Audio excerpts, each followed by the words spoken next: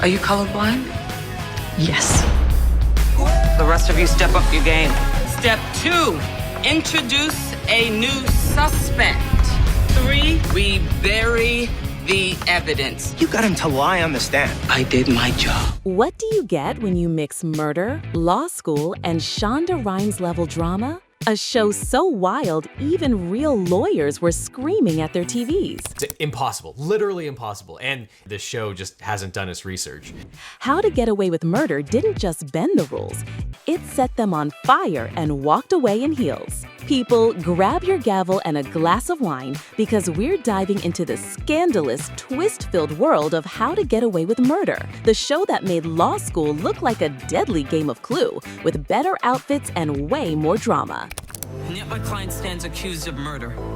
To allow this trial to proceed would be a gross miscarriage of justice. How to Get Away with Murder is that messy, addictive legal drama that strutted onto ABC on September 25, 2014, and wrapped up its wild ride on May 14, 2020, leaving us all emotionally unstable and legally confused in the best way. Created by Peter Nowak and backed by Shonda Rhimes, because of course, it was part of that iconic Shondaland lineup that had us glued to our screens every Thursday night like it was a full-time job. If you've ever watched How to Get Away with Murder and thought, wait, do law students really do that? Real lawyers are here to scream, absolutely not. The show's famous lawsuit showdown trial scenes are pure entertainment gold, but in the legal world, they're a hot mess of inaccuracies, dramatics, and straight-up legal blasphemy. There's no way in hell that a defense attorney would be allowing 80 students into her office to discuss an ongoing murder case. Let's start with the student squad. Annalise Keating's group of baby-faced 1Ls are out here solving murders, hacking into laptops, and questioning witnesses like they're seasoned attorneys on a mission from Olivia Pope.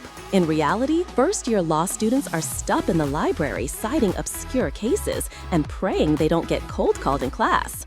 When you start law school in a typical situation, your class is made up of any number, but then you're divided into smaller sections. The amount of access and responsibility these fictional students have would have every real-world defense attorney rolling their eyes into next week. You can't have law students at a witness interview. It breaks the attorney-client privilege. That's just screaming malpractice. Then there's the courtroom chaos. Screaming matches between attorneys, judges dramatically slamming gavels and losing control of the room. Despite her inability to pay rent. Is it because her lost rent money was nothing compared to the millions you made once Miss Stanley was out of your way? David Allen set up for her murder. That is enough. You say another word and they'll have no choice but to throw you in jail. Lawyers declaring people in contempt like it's a card in a Monopoly game. That's pure Hollywood. Real courtrooms are way more buttoned up, with judges running a tight ship and attorneys sticking to a script. And no, lawyers can't just yell contempt like they're casting a spell. It's a judge's call, not some courtroom free-for-all. And the legal tactics? Whew! Imagine preserving a bloody crime scene for months or hacking into someone's hard drive to find a piece of evidence. They found a Jane Doe in the woods, and the lab ran a bunch of DNA tests to try to identify her. Who is it? Rebecca. That's not clever legal maneuvering. That's malpractice and probably several felonies. Real lawyers were watching this unfold like, is this a trial or a tech thriller fever dream? Even Annalise's wardrobe, while iconic, those sleeveless designer power dresses might slay on screen, but in actual courtrooms, conservative business attire is the rule. Showing up dressed like a fashion editor instead of a trial lawyer isn't exactly how you win a case. And don't get us started on how the show plays fast and loose with evidence rules. They managed to butcher Pennsylvania's Rule 106 by using it to admit a blog post, yes, a blog post, into evidence.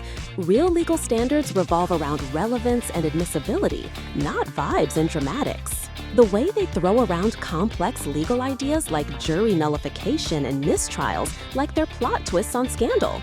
The show makes it seem like lawyers can whip up a mistrial with a dramatic speech and a tearful witness. A stain on this country, just like her.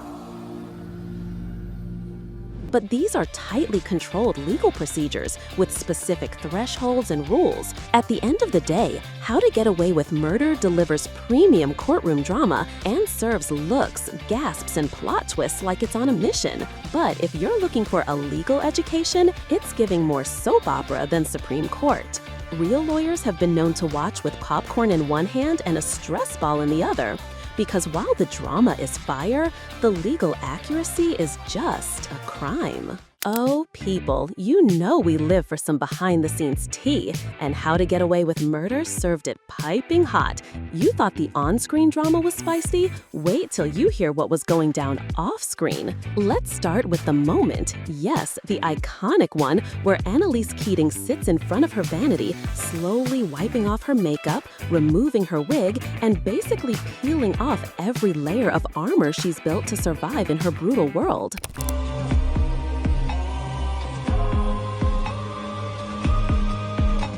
That raw, intimate scene, it wasn't even in the script.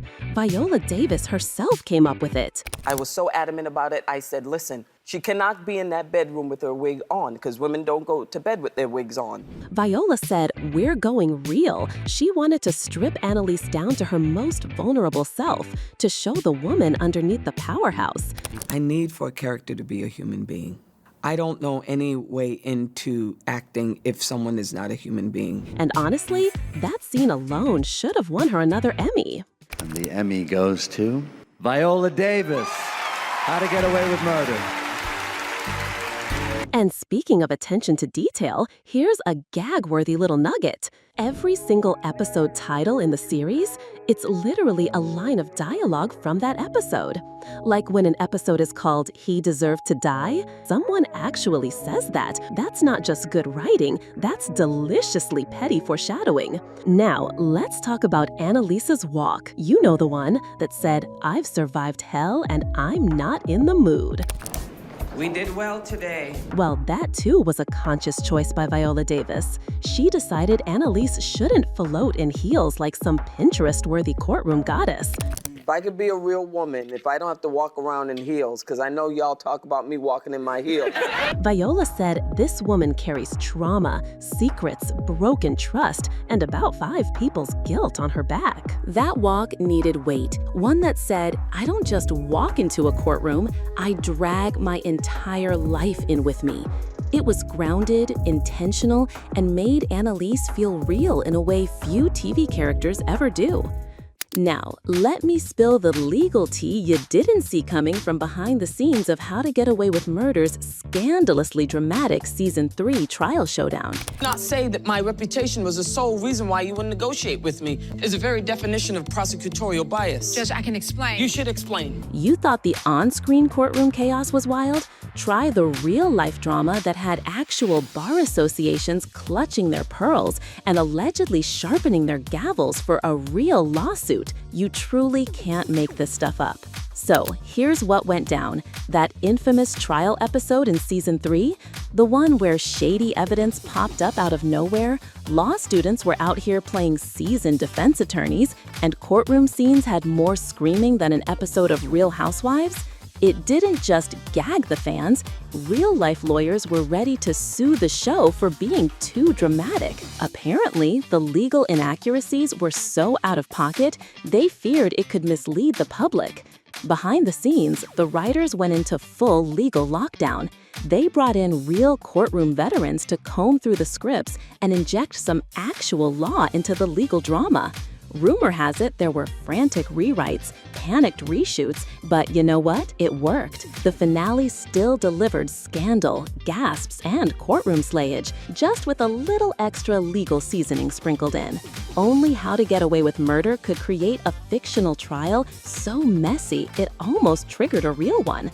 And honestly, we lived for every chaotic minute of it. So when you stack it all up, the sleeveless power suits, the wild evidence stunts, and law students basically moonlighting as defense attorneys, it's no wonder the legal world was side-eyeing this show like it had just filed a motion to offend. How to Get Away with Murder, real lawyers were clutching their law books and drafting angry tweets, but for the rest of us, it was courtroom chaos served hot with a side of glam, trauma, and Shondified greatness. But I am not going to put up with this any longer. I am sorry, Senator, if you do not have the time to answer for who bore the real cost of your development. Objection! A legal soap opera about a legal soap opera? Only Annalise Caden could pull that off in heels. So, whether you're here for the courtroom chaos, the scandalous plot twists, or just to watch Viola Davis serve face and justice, How to Get Away with Murder was the messy, legal fever dream we didn't know we needed. And honestly, if being legally accurate means we miss out on all that drama, then throw the rulebook out and hand me a glass of Annalise's finest. Court is adjourned. Now go rewatch that wig scene and cry like it's 2014.